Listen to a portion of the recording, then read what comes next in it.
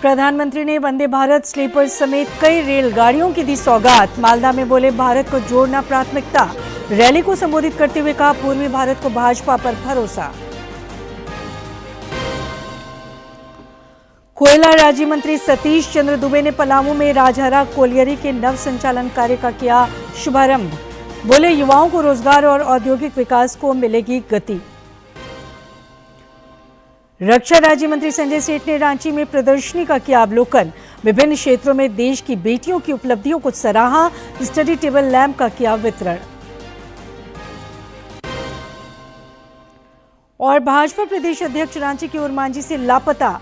कन्हैया कुमार के परिजनों से मिले, कहा राज्य में गुंडों का राज, अपराधी बेखौफ। जमशेदपुर में भी पार्टी का प्रदर्शन।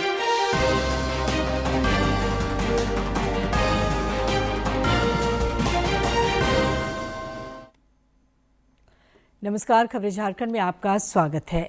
मैं हूं सरोज झा और अब समाचार विस्तार से। प्रधानमंत्री नरेंद्र मोदी आज से पश्चिम बंगाल और असम के 2 दिवसीय दौरे पर हैं। अपने दौरे के पहले चरण में प्रधानमंत्री ने मालदा रेलवे स्टेशन पर हावड़ा, गुवाहाटी और कामाख्या के बीच देश की पहली वंदे भारत स्लीपर रेलगाड़ी को रवाना किया। इस दौरान रेल मंत्री अश्विनी वैष्णव भी मौजूद रहे। प्रधानमंत्री ने इसके अलावा 4 नई अमृत भारत एक्सप्रेस नई रेलगाड़ियों को भी वर्चुअल रूप से रवाना किया। श्री मोदी ने इस दौरान करोड़ों रुपए की विभिन्न रेल और सड़क परियोजनाओं की भी सौगात दी। इस दौरान अपने संबोधन में प्रधानमंत्री ने कहा कि देश की पहली वंदे भारत स्लीपर ट्रेन मां काली की धरती को मां कामाख्या की भूमि से जोड़ रही है। भारत को जोड़ने को प्राथमिकता बताते हुए श्री मोदी ने कहा कि आने वाले समय में इस ट्रेन का पूरे देश में विस्तार होगा। ये ट्रेन चल रहे हैं न्यू जलपाईगुड़ी।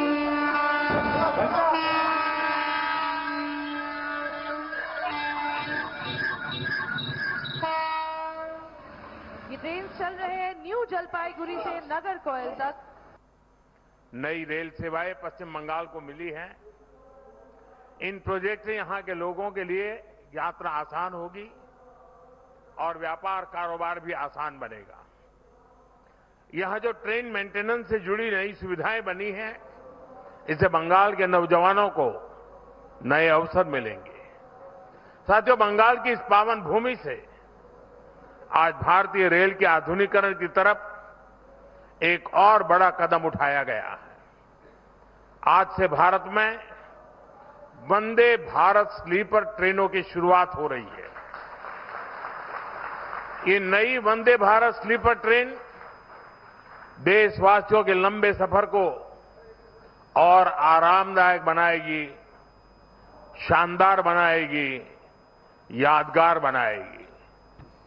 विकसित भारत की ट्रेनों ये कैसी होनी चाहिए, इस वंदे भारत स्लीपर ट्रेन में आप साफ साफ नजर आता है। थोड़ी देर पहले मालदा स्टेशन पर मैं कुछ यात्रियों से बातचीत कर रहा था।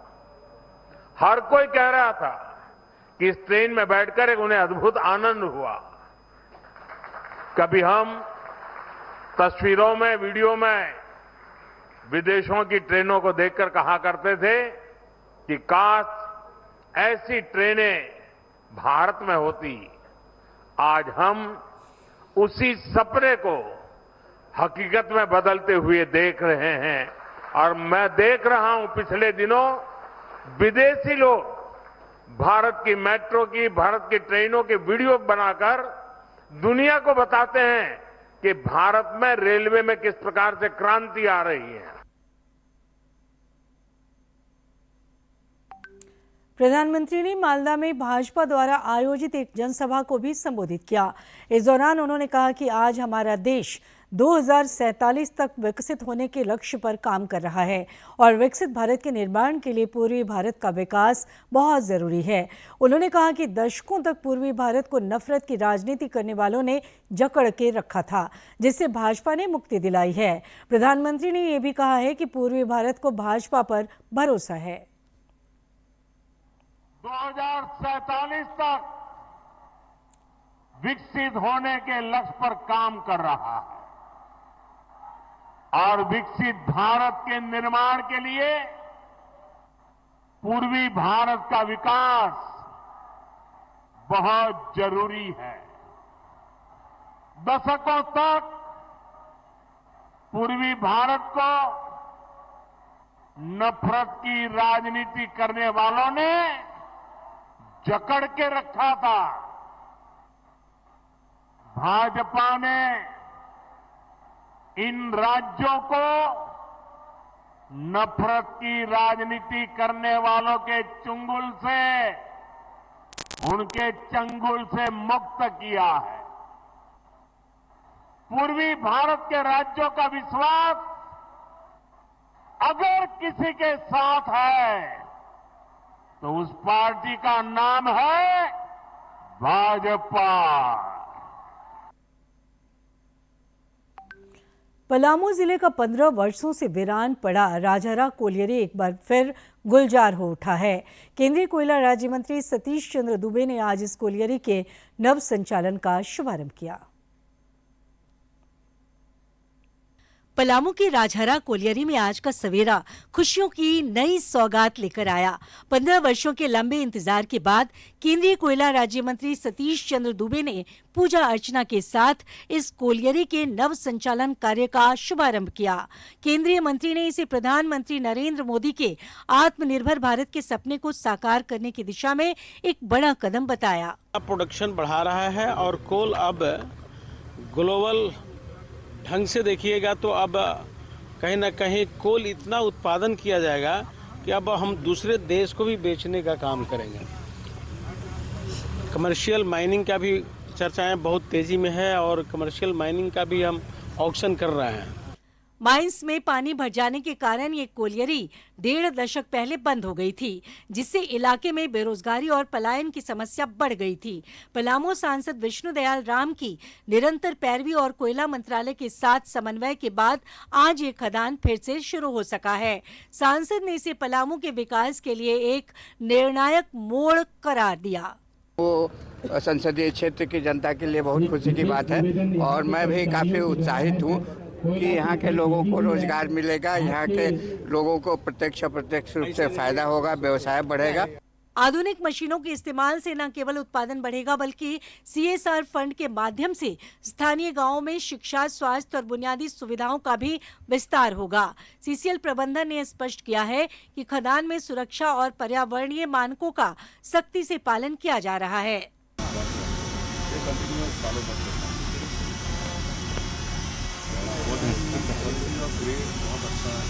ये हमारे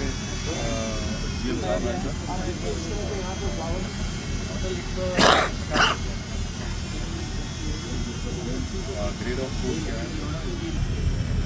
ये कितने दूरी पे मिलता है आपको?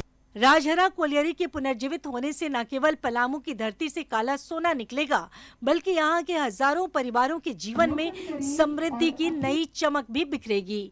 राजहरा कोलियरी का शुरू होना पलामू के औद्योगिक मानचित्र पर एक बड़ी उपलब्धि है। DD न्यूज के लिए पलामू से श्रवण की रिपोर्ट। रक्षा राज्य मंत्री संजय सेठ ने रांची के कांके स्थित कस्तूरबा गांधी बालिका विद्यालय में बच्चियों द्वारा लगाई गई प्रदर्शनी का अवलोकन किया। इस दौरान श्री सेठ ने कहा कि प्रधानमंत्री नरेंद्र मोदी के बेटी बचाओ बेटी पढ़ाओ के विजन का सकारात्मक असर देश में दिख रहा है। उन्होंने कहा कि बेटियां आज हर क्षेत्र में उपलब्धियों का झंडा बुलंद कर रही हैं। रक्षा राज्य मंत्री ने विद्यार्थियों के बीच स्टडी टेबल लैंप का वितरण किया और बेटियों के उज्जवल भविष्य की कामना की। भाजपा के प्रदेश अध्यक्ष आदित्य प्रसाद साहू ने रांची के ओरमांझी प्रखंड अंतर्गत सिलदेरी ग्राम से लापता कन्हैया कुमार के परिजनों से आज मुलाकात की और उन्हें ढांढस बंधाया। श्री साहू ने कहा कि 55 दिन से अधिक बीत जाने के बावजूद रांची पुलिस के हाथ अब तक खाली हैं। उन्होंने आरोप लगाया कि राज्य में अपराधी बेखौफ हैं और गुंडों का राज चल रहा है। पुलिस को गरीबों की चिंता नहीं, केवल धन बटोरने में लगी है। उन्होंने बताया कि भाजपा कार्यकर्ताओं द्वारा कन्हैया के बड़े भाई के किडनी उपचार के लिए 1 लाख रुपए की सहायता देने का निर्णय लिया गया है।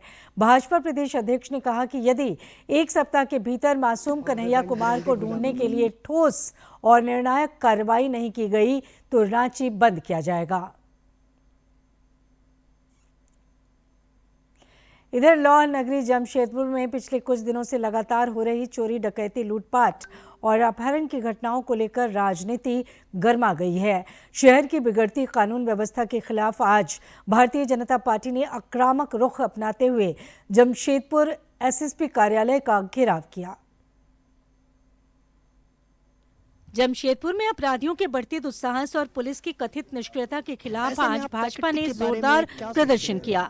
विधायक पूर्णिमा साहू ने पुलिस की प्राथमिकताओं पर सवाल उठाते हुए कहा कि आज पुलिस की जिम्मेदारी केवल हेलमेट चेकिंग और चालान तक सीमित रह गई है, जबकि नशे का कारोबार और लूटपाट की घटनाएं चरम पर हैं। आप सभी मीडिया के बंधुगण भी जानते हैं, तमाम झारखंड वासी जानते हैं कि आज जो झारखंड की विधि व्यवस्था है, कानून व्यवस्था है, किस तरह से चरमरा गई। दिन दहाड़े आपराधिक मामले हो रहे हैं, लूटपाट, चोरी, डकैती, नशे का कारोबार चल रहा है और प्रशासन सोया हुआ। यही है आपका कर्तव्य कि हेलमेट चेकिंग और चालान काटना ही आपकी प्राथमिकता बन गई है और आपकी जो जिम्मेदारी है आप उसे भूल गए। किस चीज का प्रेशर है? प्रेशर तो होना चाहिए आपको कि जनमानस को कैसे सुरक्षा प्रदान करें। लगभग 3 घंटे तक एसएसपी कार्यालय का घेराव और मुख्य मार्ग को जाम कर कार्यकर्ताओं ने अपना विरोध दर्ज कराया। सांसद विद्युत वरण महतो ने प्रशासन को अल्टीमेटम देते हुए कहा कि यदि अपराधियों को जल्द सलाखों के पीछे नहीं भेजा गया तो भाजपा पूरे जमशेदपुर को बंद करने के लिए बाध्य होगी। कि अपराधी को पकड़ा जाए, इसको परिवार के समझ सुरक्षित लाया जाए और लॉ एंड ऑर्डर पर विशेष ध्यान जाए और जितने भी क्राइम और क्रिमिनल सबको जेल के अंदर सलाखों के पीछे ले जाए, ताकि अमन, चैन और शांति का प्रतीक जो जमशेदपुर पहले था वो बना रहे। प्रदर्शन के दौरान शहर में यातायात व्यवस्था भी प्रभावित हुई। एसएसपी कार्यालय के बाहर इस भारी आक्रोश ने ये साफ कर दिया है कि अपराध के मुद्दे पर शहरवासी और विपक्षी दल अब आर पार की लड़ाई के मूड में हैं। डीडी न्यूज के लिए जमशेदपुर से राजेश की रिपोर्ट। भाजपा के वरिष्ठ नेता और नेता प्रतिपक्ष बाबूलाल मरांडी ने राज्य सरकार पर खेल प्रतिभाओं की उपेक्षा करने का आरोप लगाया है।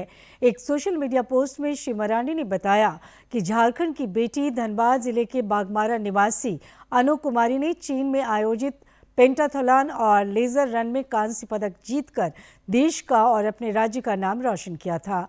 राज्य सरकार ने नौकरी और इनामी राशि देने की बड़ी घोषणा की थी, लेकिन आज तक इस प्रतिभावान खिलाड़ी को नौकरी तो दूर पुरस्कार राशि भी नहीं मिली।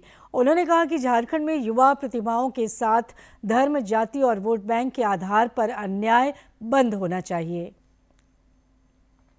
चैंपियनशिप का है जो चाइना में हुआ था, जिंगजाओ में। अच्छा। 2024 में खेली हुई हूँ, तो इसका मेरा कैश अवार्ड भी नहीं मिला अभी तक। और अच्छा। ये महाराष्ट्र का नेशनल मेडल था और ये उत्तराखंड का है 38 नेशनल गेम्स का। इसमें हम लोग को झारखंड सरकार से जॉब देने का ही था, वो भी नहीं मिला अभी तक। यही कि कुछ हेल्प करे और झारखंड सरकार से गुहार लगाए नए जॉब के बारे में। नेता प्रतिपक्ष बाबूलाल मरांडी ने आज गिरिडीह के तीसरी प्रखंड अंतर्गत बिलवाना पंचायत कार्यालय में राज्य वृद्धा पेंशन योजना के तहत लाभुकों को स्वीकृति पत्र प्रदान किया। इस मौके पर बड़ी संख्या में स्थानीय लोग और पार्टी नेता मौजूद रहे। भाजपा के प्रदेश उपाध्यक्ष बालमुकुंद सहाय ने देवघर में प्रेस वार्ता के दौरान विकसित भारत जी राम जी योजना की विशेषताएं बताई। उन्होंने कहा कि मनरेगा में भ्रष्टाचार व्याप्त हो गया था, जिस कारण ये गांव के विकास के लिए निष्प्रभावी साबित हो रही थी। केंद्र सरकार ने वास्तविक जरूरतमंदों तक योजनाओं का लाभ पहुंचाने का बीड़ा उठाया है। मनरेगा की खामियों को दूर करते हुए जी राम जी योजना लाई गई है, जिससे ग्रामीण क्षेत्र सशक्त होंगे। श्री सहाय ने नाम और स्वरूप में बदलाव को लेकर विपक्ष के आरोपों को निराधार बताया।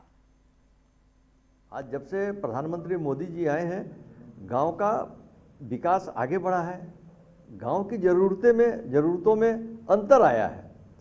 तो इसका विजन यही है कि हम गांव में रोजगार की गारंटी तो देंगे, लेकिन ऐसा इंफ्रास्ट्रक्चर तैयार करेंगे जो 2047 जो विकसित राष्ट्र का लक्ष्य रखा गया है उसके साथ हम इसको जोड़ सकें। इसलिए इसके अंदर जो प्रावधान किए गए हैं कि हम अब 100 दिन के बदले 125 दिन गारंटी रोजगार देंगे। मुख्यमंत्री हेमंत सोरेन स्विट्जरलैंड और यूके की यात्रा पर हैं। दावोस में वे वर्ल्ड इकोनॉमिक फोरम में राज्य के विकास का विजन पेश करेंगे ताकि झारखंड में औद्योगिक विकास और निवेश को बढ़ावा मिल सके। इधर राज्य सरकार द्वारा दावोस में फोरम की बैठक के लिए नामित चैम्बर के पदाधिकारी आज रांची के बिरसा मुंडा एयरपोर्ट से रवाना हुए। इस मौके पर सांसद महुआ माझी समेत अन्य गणमान्य मौजूद रहे। Bihar industrial area development BIADA की टीम ने आज रांची में झारखंड चैम्बर के प्रतिनिधियों से मुलाकात की। इस दौरान निवेश की संभावनाओं पर चैम्बर के उपाध्यक्ष प्रवीण लोहिया, पूर्व उपाध्यक्ष किशोर मंत्री समेत अन्य पदाधिकारियों के साथ बियाडा के प्रतिनिधियों ने विमर्श किया। अगर देखा जाए तो लैंड बैंक ऑलरेडी इतना बड़ा कॉन्ट्रीब्यूशंस है किसी भी इन्वेस्टर्स के लिए। अगर वो ज़मीन उसके पास खुद का अगर वो खुद प्रोक्योर करने जाता है तो शायद हो सकता है कि उसको ओपन मार्केट में एक अलग रेट मिले, क्योंकि बियाडा ऑलरेडी एक डिसाइडेड उसके पास एक रेट कोट होता है जिस पे कहीं ना कहीं कोई भी इन्वेस्टर्स अगर उसको वो आकर्षित ज़रूर करता है उस रेट को जो रेट बियाडा कोट करता है। ऑलरेडी आईआईटी पटना के साथ कम से कम 15 से 20 स्टार्टअप्स को अच्छा ग्रांट फंड करके इंक्यूबेशन फंड जो होता है वो दिलाती है। साथ ही साथ जैसे मेंटरशिप करती है। हमारा उनसे ये होगा कि उनका जो स्टार्टअप का अभी पिछले 5 सालों का अच्छा एक्सपीरियंस रहा वो झारखंड में लेकर के आए। झारखंड चैम्बर ऑफ कॉमर्स साथ में मिलकर के यहाँ के जो स्टार्टअप्स हैं उनको ना ही मेंटरशिप, एक्सपोजर और साथ ही साथ इंक्यूबेशन की भी पूरी फैसिलिटी देनी चाहिए। सर्वप्रथम तो बियाडा की जो टीम आई है उनका हम लोग स्वागत करते हैं। अब इनके प्रस्ताव और इनके विचार को हम लोग समझना चाहते हैं। इसके बाद हमारा इसमें एक चर्चा हमारे कमेटी में होगी और उसका जो फलाफल होगा वो हम लोग बाद में बताएंगे। प्रधानमंत्री की समीक्षा बैठकों की वजह से देश में विकास की लंबी विकास खींची जा रही है।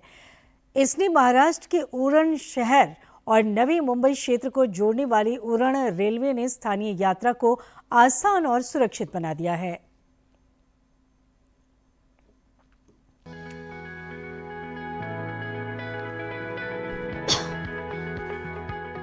महाराष्ट्र के उरण शहर, जवाहरलाल नेहरू पोर्ट और तेजी से विकसित हो रहे नवी मुंबई क्षेत्र के बीच कनेक्टिविटी को मजबूत करने के उद्देश्य से 1997 में सरकार ने 2,980 करोड़ की लागत वाले एक प्रोजेक्ट को मंजूरी दी, जिस पर मार्च 1998 में काम शुरू हुआ। लेकिन हुआ वही जैसा तमाम परियोजनाओं के साथ होता है। तमाम मंजूरियों के इंतजार के चलते प्रोजेक्ट करीब 2 दशक तक लटका रहा। प्रोजेक्ट के अटकने के पीछे जिम्मेदार थी जमीन अधिग्रहण की समस्याएं, जंगल और मैनग्रोव मंजूरी, निर्माण के लिए जरूरी लाइसेंस, ऊर्जा ईंधन की मंजूरियां, राइट ऑफ वे की दिक्कतें और विभिन्न एजेंसियों के बीच समन्वय की चुनौतियां। फरवरी 2017 में प्रगति प्लेटफॉर्म के तहत समीक्षा के समय इस प्रोजेक्ट में सिर्फ 45% काम ही हुआ था। प्रधानमंत्री के निर्देशों के बाद प्रगति के माध्यम से हुए समन्वय से इंडियन रेलवे, CIDCO, महाराष्ट्र सरकार और वन विभाग एक साथ आए, जिससे मंजूरियां तेजी से मिली, जमीन से जुड़े मुद्दे सुलझे और काम को गति मिली। PM की ओर से साफ निर्देश मिले कि फेज 1 दिसंबर 2017 और फेज 2 को जून 2019 तक पूरा किया जाए। प्रगति पोर्टल के इंटरवेंशन शुरुआत हुआ 2016-17 से। उसके बाद रिजल्ट ये हुआ कि 2018 में हमने फर्स्ट फेज कमीशन किया और फिर उसके बाद मेजर एक हमारा फॉरेस्ट क्लियरेंस बचा हुआ था जो बहुत दिनों से पेंडिंग था। फॉरेस्ट क्लियरेंस हुआ उसके चलते, और कुछ लैंड एक्विजिशन के इशू थे वो सॉर्ट आउट हुए हमारे। और सबसे अच्छी बात है कि सारे डिपार्टमेंट आपस में यूनिसन में एक्ट किए, सिनर्जाइज वे में एक्ट किए, और इस वजह से हमको काफ़ी बूस्ट मिला और बहुत स्पीड अप हुआ हमारा project. Nerul Uran railway line ने स्थानीय इलाके को कई तरह से फायदा पहुंचाया है। यात्रा का समय कम हुआ है। सड़क यात्रा के मुकाबले एक सुरक्षित और भरोसेमंद विकल्प मिलने से निवासियों की रोजमर्रा की आवाजाही काफी आसान हुई है। कि इसकी वजह से ट्रैवल करना हमें आसान हो गया है। पैसे भी बच रहा है, टाइम भी बचता है, और टाइम से हम स्कूल या कहाँ भी जाना है वो टाइम से पहुँचते हैं।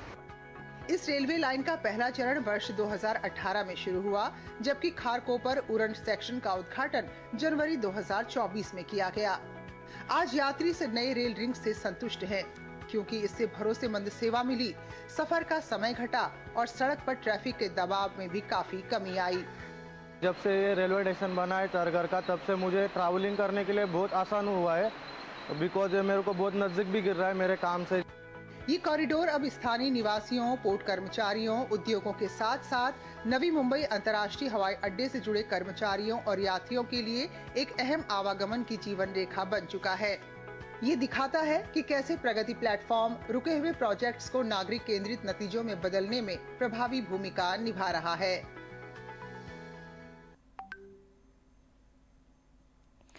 देश की डिजिटल सुरक्षा इकोसिस्टम को मजबूत करने के लिए दूरसंचार विभाग ने प्रमुख संचार मित्र योजना के तहत रांची में छात्रों के लिए ओरिएंटेशन कार्यक्रम आयोजित किया।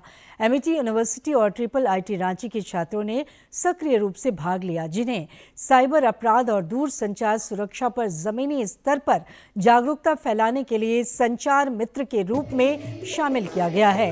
ये ओरिएंटेशन कार्यक्रम संचार साथी पोर्टल, इलेक्ट्रोमैग्नेटिक फील्ड से जुड़े मिथकों को दूर करने और हाल के साइबर अपराधों के बारे में केंद्रित रहा। रांची स्थित डोरंडा न्याय सदन में झालसा एक्टिविटी कैलेंडर और झालसा न्यूज लेटर न्याय डगर का आज विमोचन हुआ। इस अवसर पर उच्च न्यायालय के न्यायाधीश और झालसा के कार्यकारी अध्यक्ष सुजीत नारायण प्रसाद समेत कई गणमान्य लोग मौजूद रहे। रांची के डोरंडा स्थित न्याय सदन में झालसा एक्टिविटी कैलेंडर और झालसा न्यूज लेटर न्याय डगर का विमोचन झारखंड उच्च न्यायालय के न्यायाधीश और झालसा के कार्यकारी अध्यक्ष सुजीत नारायण प्रसाद ने सामूहिक रूप से की। उन्होंने डायन बिसाही जैसी कुरीतियों पर रोक, वृद्धजनों के लिए विधिक सेवा और नशा मुक्ति समेत कई अन्य विषयों पर विधिक जागरूकता और सहायता पर बल दिया। क्या क्या हम लोग का विजन है कि अगर हमको कोई चीज़ करना है तो पहले लोग ये समझें कि हमारा ये जो टारगेट है और हमारा मिशन है 1 जनवरी से लेकर 31 दिसंबर तक, वो सारा कैलेंडर में है, उसी हिसाब से काम करना है। इसलिए कैलेंडर हो गया कि जो भी है एक्सपोज कर दी कि हम लोग को हमारा ये मिशन है, हम लोग को ये काम करना है, फोकस करने के लिए। कार्यक्रम के दौरान नशा उन्मूलन, भारतीय संविधान और न्याय की जागरूकता समेत अन्य विषयों पर विद्यालयों में होने वाले विभिन्न प्रतियोगिताओं में हिस्सा लेने वाले स्कूली बच्चों को प्रमाण पत्र और उपहार देकर सम्मानित किया गया। मौके पर न्यायाधीश सुजीत नारायण प्रसाद ने अंश अंशिका प्रकरण पर भी अपनी बात रखी। सोचने की जरूरत है, ये सोचने की ज़रूरत है कि अगर किसी के घर से बच्चा गायब हुआ तो हमारे घर का बच्चा गायब हुआ। अगर सारे लोग ये सोचेंगे तो जितने भी रैकेटियर्स हैं उनका हौसला पस्त होगा। धुरवा का कांड में जिस तरह से लोग उठे बिना जाति धर्म के भेदभाव से, तो ये हमारा समाज का एकता दिखाता है और उसके चलते, प्रेशर के चलते बच्चा आज हम लोग के पास में वापस आया है। तो ये जो एकजुटता दिखा है पूरे समाज के लोगों का, ये बहुत ही सराहनीय है। सारे लोग एक साथ एकजुट होकर बच्चे के लिए, अपना बच्चा को अपने बच्चे के समान जो भी लोग ने विरोध प्रदर्शन किया या फिर जो प्रयास किया, हर एक अपने लेवल से बहुत ही सराहनीय है। और ये जो हुआ है आने वाले समय के लिए रैकेटियर्स के लिए भी एक सूचना है कि करेंगे तो फिर पकड़ाएंगे। प्रतियोगिताओं में भाग लेने वाले बच्चों ने न्यायाधीश से प्रमाण पत्र और उपहार पाकर प्रसन्नता जाहिर की। उन्होंने इस पल को अविस्मरणीय बताया। फंडामेंटल राइट्स एंड ड्यूटीज में पेंटिंग किया था, उसमें 2nd पोजीशन मिला। संजीवनी कुमारी है, मेरा टॉपिक था मौलिक अधिकार और मेरे स्कूल का नाम है झारखंड बालिका आवास विद्यालय रातू और मुझे प्रथम स्थान मिला है पेंटिंग में। विषय पर पेंटिंग बनाए थे, जिससे यहाँ आके पता भी चला कि यहाँ वकील सर में संविधान के बारे भी पता चला कि सर भी बताएं कि यहाँ आके बहुत कुछ इतना पता चल रहा था कि सर से भी मुलाकात हुई। हमको नहीं पता था कि सर से हम मिल पाएंगे बोल के सर, इसलिए बहुत अच्छा लगा। मौके पर झालसा की सदस्य सचिव कुमारी रंजना अस्थाना समेत न्यायिक सेवा से जुड़े लोग शामिल रहे। डीडी न्यूज के लिए रांची से कर्मवीर की रिपोर्ट। रांची के हरमू रोड स्थित मारवाड़ी भवन में 3 दिवसीय मारवाड़ महोत्सव सह सम्मेलन का आयोजन किया गया है। इसमें मारवाड़ संस्कृति, परंपरा और लोक कलाओं की अनूठी झलक देखने को मिल रही है। साथ ही इससे एक भारत श्रेष्ठ भारत की भावना को भी संबल मिल रहा है। राजधानी रांची के खरमो स्थित मारवाड़ महोत्सव में इन दिनों राजस्थानी लोक परंपरा, संस्कृति, कला और परिधानों की अनुपम झलक देखने को मिल रही है। जयपुर से आए लोक कलाकार दीपक राणा ने बताया कि नौबत लोक वाद्य यंत्र को बजाकर राजस्थान में लोगों का स्वागत किया जाता है। जैसे अपने मेहमान पधारते राजस्थानी, इसको वेलकम बोला जाता है। नौबत वेलकम कराया जाता है। जितने भी मेहमान आते हैं उससे पहले ये बजता है, जिससे मेहमान को वेलकम होता है उनसे। इसको बोलते हैं नौबत। राजस्थान में कठपुतली नृत्य की परंपरा सदियों पुरानी है। जब मनोरंजन का कोई साधन नहीं था, उस दौर में कठपुतली नृत्य का चलन काफी अधिक था। लोक कलाकार राहुल भट्ट ने बताया कि यह उनकी 7वीं पीढ़ी है जो कठपुतली नृत्य की प्रस्तुति दिखा रही है। इससे लोक कलाओं का संरक्षण भी हो रहा है। ये हमारे 7 पीढ़ी से चलते आ रहा है। पहले के टाइम पे कोई मूवी थिएटर नहीं था, इंटरटेनमेंट के लिए लोक बाग के लिए ये पपेट शो डांस था। आज के टाइम पे आज की जो नई जनरेशन है, ये दिन पे दिन ये कला कम होती जा रही है।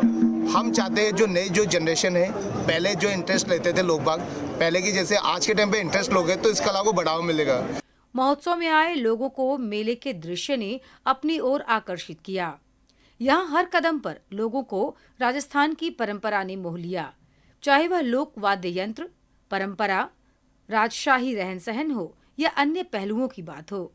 यहाँ पग पग पर राजस्थान की लोक संस्कृति लोगों को अपनी ओर आकर्षित कर रही है। इस कार्यक्रम में पूरे राजस्थान की कलाकृति आपको देखने मिलेगी। वहाँ के जो उस जमाने के जो गेम होते थे, वहाँ के जो खेल होते थे, वहाँ के जो कलाकार 80 कलाकार कभी राजस्थान से आए हुए हैं।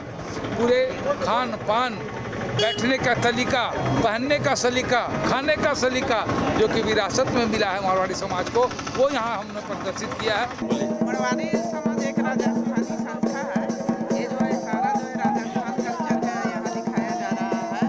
राजस्थानी संस्था में जो कुछ नृत्य है या कपड़ा है, अपना पोशाक है, ये सब का यहाँ जो है प्रदर्शनी लग रहा है। संस्कृति का अपना बढ़ावा मिल रहा है। मारवाड़ी भवन में आयोजित इस लोक महोत्सव में राजस्थानी परंपरा और साज सज्जा देखने को मिल रही है। डीडी न्यूज के लिए रांची से सहयोगी सौरभ कुमार के साथ प्रणय प्रबोध की रिपोर्ट।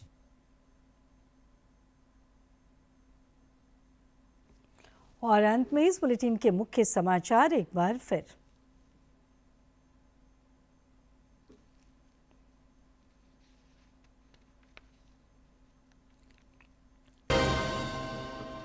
प्रधानमंत्री ने वंदे भारत स्लीपर समेत कई रेलगाड़ियों की दी सौगात। मालदा में बोले, भारत को जोड़ना प्राथमिकता। रैली को संबोधित करते हुए कहा, पूर्वी भारत को भाजपा पर भरोसा। कोयला राज्य मंत्री सतीश चंद्र दुबे ने पलामू में राजारा कोलियरी के नव संचालन कार्य का किया शुभारंभ। बोले, युवाओं को रोजगार और औद्योगिक विकास को मिलेगी गति। रक्षा राज्य मंत्री संजय सेठ ने रांची में प्रदर्शनी का किया अवलोकन। विभिन्न क्षेत्रों में देश की बेटियों की उपलब्धियों को सराहा। स्टडी टेबल लैंप का किया वितरण। और भाजपा प्रदेश अध्यक्ष रांची के उरमांझी से लापता। कन्हैया कुमार के परिजनों से मिले, कहा राज्य में गुंडों का राज, अपराधी बेखौफ। जमशेदपुर में भी पार्टी का प्रदर्शन।